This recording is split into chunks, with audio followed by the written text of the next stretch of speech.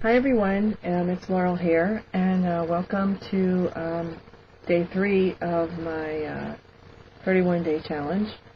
I'm here today to tell you about my featured artist of the day, and I do apologize for the late upload. It's almost 9:30 on the East Coast on January the 3rd, and I have no excuse other than I had a really long day at work and got a little bit of a headache, but I would not miss the opportunity to tell you about today's featured artist. Getty says hi. I have a cat that looks exactly like this little colored image. And this will find its way onto a tag soon. It's a Stamps by Judith image called Frazzle Cat, if anybody was interested, but I just think it's adorable. So anyway, without further ado, I wanted to tell you all about a wonderful YouTube gal. Her name is Cynthialoohoo. I have a lot of details on my blog about Cynthia's channel and all her creations and her Ning site, and even a giveaway that she's currently got going on. So you'll definitely want to hop over there to check out the all of the information, so you can be sure and follow her. I do not personally know Cynthia. I had come into I was thinking back. I was trying to recall how did I start following her, and the honest answer is I can't remember. But I'm sure glad that I did. As I state on my blog, there was one particular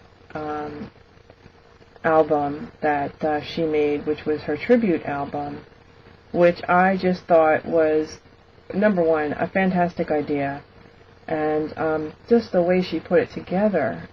So many different, gatefolds, pockets.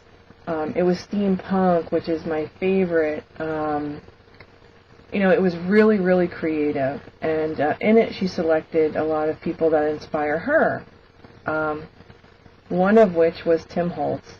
And the follow-up video that I've also linked to my blog was a gift that Tim made especially for her. So, so well-deserved, and I'm just so happy for her, and so you gotta check her out.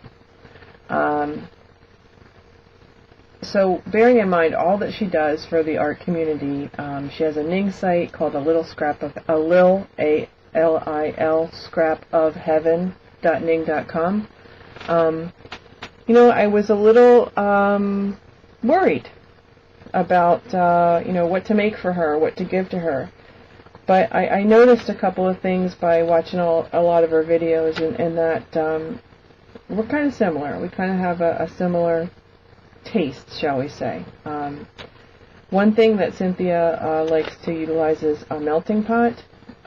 She was using a candle warmer initially for her melting pot, and I see since she's gotten one. So I thought one of the things that I would gift to her is these are some, I'm not sure what they're called, but I made these out of a mold that I cast from some of the Tim Holtz vintage book plates.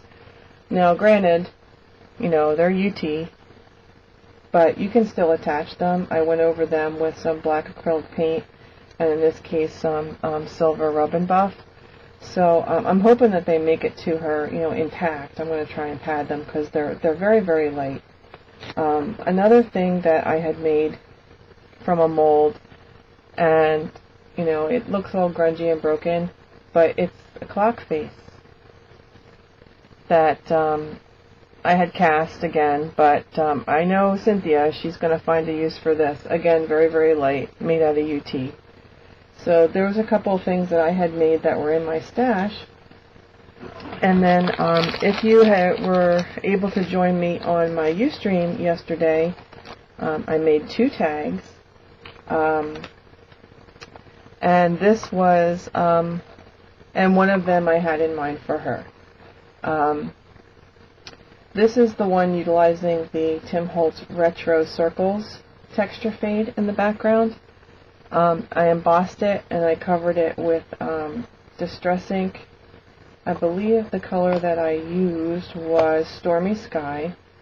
And then I went over it with some gold rub and buff. This is some Prima Bling at the top that I colored with my Copic marker. I Am Rose's Flowers. Of course, I guess this is becoming my signature, but I really like organdy ribbon, so some of that. And I Am Rose's Skeleton Leaf. The image is from Stampabilities. It's the Happy Hoppers, and this says Fan Mail. And then the I Am Roses, some of my hemp, and then this is some of the lace that my wonderful friend Julie gave to me. So this tag is going to be coming to Cynthia, my style, and just, a hug to say thank you. So that's what I created, and then I had a bunch of things in my stash that I thought that she could put to good use. So I was given a huge jar of these, and these are like the glass beads that you put into flower arrangements, but they're flat.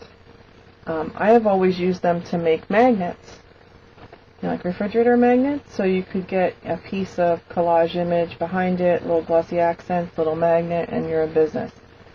So I have some of those for her, sharing, what was gifted to me by the wonderful Mitzi.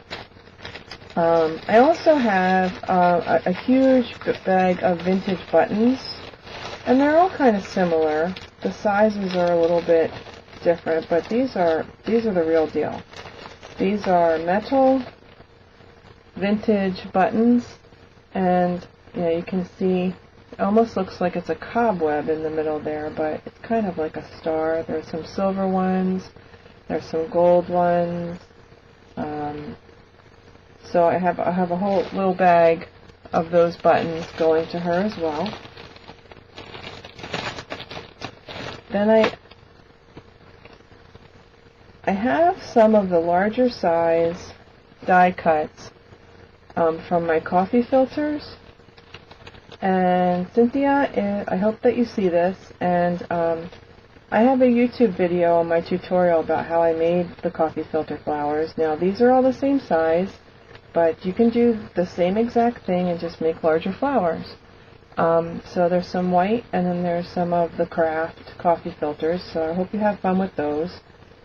And for the centers, I thought you might like something that I had made as well.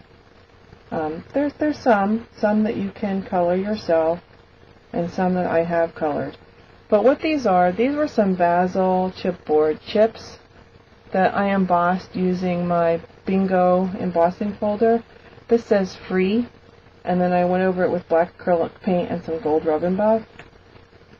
This is the number 62, white acrylic paint, gold rub and buff, the number 13, and another number 13. I was doing these around Halloween time, and I kind of thought that 13, and I don't know why 65, I just thought it was cool. Here are some that have not been colored, so if you would like to do those, there's 2 free spots and a number 13. I would recommend that you paint them with whatever base color that you want, and then go over with that Rub and Buff product that I just love so much. So there's some of that. I have a whole bunch of these in my stash, thanks to the lovely Jules. And so a set of 24 ornament hooks, you can use them as memo pins. So there's those. And then I also had a couple other things. This was a gift to me that I've separated, and I'm going to share half of it with Cynthia. Just some fibers. Thank you, Mitzi. This is also was a gift to me. This is some of the lace that the lovely Julie had given to me, so it's about a yard of that. And then in here, I don't know if she has one, and this says handcrafted. It's just a little tiny bitty stamp that she can put on her projects and then sign her name, and then a clear mount block, and this says wish and has a butterfly and says for you and just a little Studio G. And since this is all about change, here is a plans and intentions book, 2-year planner. You know, write all your good stuff in there. Oh, and then I'm going to send her these as an example. These are a couple of the coffee filter flowers that I had made. So I'm going to send her one of those. Not sure which color just yet, probably the blue. And then also I have a pack of glossy paper. These are the 5x7 cards and envelopes, but it's gloss paper, so you could use your alcohol inks on it. And I have stacks of this from the Ranger sale. So yes, I am self-proclaimed Ranger girl because I never miss that sale, and I always have such a great time because I live in New Jersey. And then I also had I've noticed in videos that Cynthia was making the Marianne Smith's bird houses. Well, I kind of did my own spin on that this Christmas, and I made bird cages. I know it's not out of paper, but I still had a whole lot of fun decorating them. And I believe I definitely have a Ustream on them.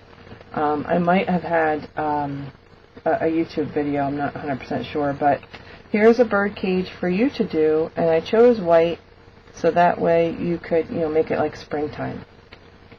So, thank you, Cynthialoohoo, for all you do. It's been a pleasure to watch you, and keep on creating. And watch your mailbox. Thanks for watching, everyone. See you tomorrow. Bye.